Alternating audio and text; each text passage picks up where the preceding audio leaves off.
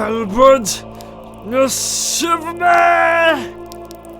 Henry ने उस पर टेलीकाइनेसिस करना चाहा, पर सामने खड़े उस व्यक्ति पर उसका जरा भी असर नहीं हो रहा था। तुम इंसान नहीं हो सकते, क्योंकि तुझ इंसान मुझे नहीं मार सकता। कौन हो तुम? कोई ऐसा जिसके लिए इंसानी जानें मायने रखती है, लेकिन तुम जैसे जानवरों को मारने के लिए मजबूर हूं।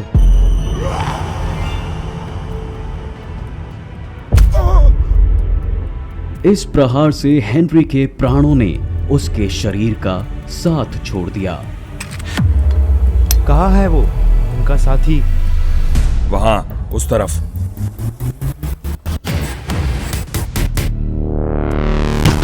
और इसके साथ ही विक्रांत की जीवन लीला समाप्त हो चुकी थी। रुको, कौन हो तुम और ये सब कैसे किया तुमने? हेनरी के जादू का तुम पर कोई असर क्यों नहीं हुआ?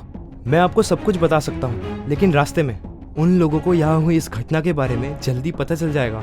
अगर वे सब यहाँ पहुँच गए तो शायद मैं आपको बचा ना पाऊँ। हमें जल्दी निकलना होगा यहाँ से। कड़कती बिजली और तेज बारिश का उस पर कोई असर होता नहीं दिख रहा था। क्या कर रहे हो जुआन? अंदर चलो। क्या हुआ जुआन? वो मर गया सारा। उसने मेरे भाई हेनरी को मार दिया। तुम मुझे कहाँ ले जा रहे हो? किसी सुरक्षित स्थान पर। ब्लैकवुड को अब तक इन सब की मृत्यु का पता चल गया होगा।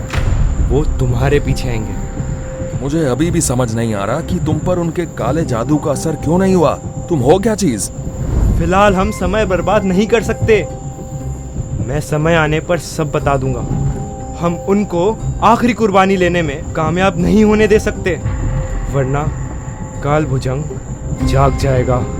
एक मिनट, तुम्हें उस काल भुजंग के अस्तित्व पर विश्वास है?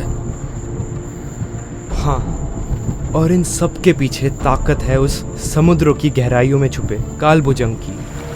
वही इन्हें मानसिक तरंगे भेजकर शक्तियां प्रदान करता है। अगर आखिरी कुर्बानी दी गई तो हम सब खत्म हो जाएंगे। आखिरी कुर्बानी? तुम्हारे आने से पहले उन्होंने मेरे सभी पुलिस वालों को बेरहमी से मार डाला। क्या ये कुर्बानियां काफी नहीं है?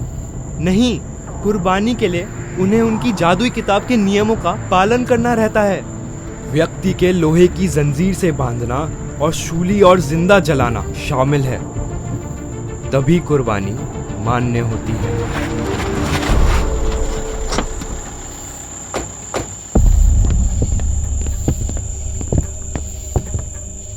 ये सब क्या हो रहा है? मुझे कुछ समझ नहीं आ रहा।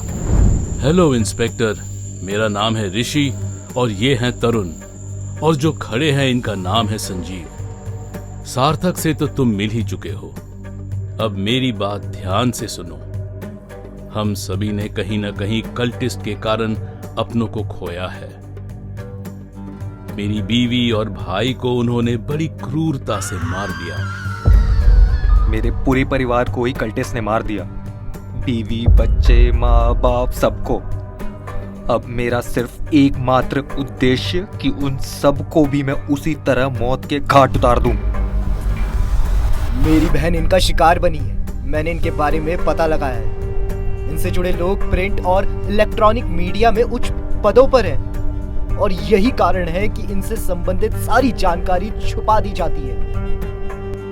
आप सबकी कहानी सुनकर दुख हुआ, लेकिन सार्थक कौन है? या सही सवाल ये है कि क्या है सार्थक? दरअसल मेरा भाई महावीर एक बायो इंजीनियर था, जो कि किसी गुप्त ऑर्गेनाइजेशन के लिए काम करता था, और वह अपनी एक रिसर्च में सफल रहा। किस प्रकार की रिसर्च? आर्टिफिशियल मेटा ह्यूमन, यानी कृत्रिम मानव की रिसर्च। यह तब की बात है जब हमारी फैमिली अमेरिका में रहती थी। तब मेरा भाई महावीर इस प्रोजेक्ट पर काम कर रहा था, और उसने एक दिन ऐसा कृत्रिम मानव तैयार किया जो मानव की तरह दिखता। उसकी हड्डियों में तरह तरह के धातु का मिश्रण, जिससे वो अभेद्य बन सके।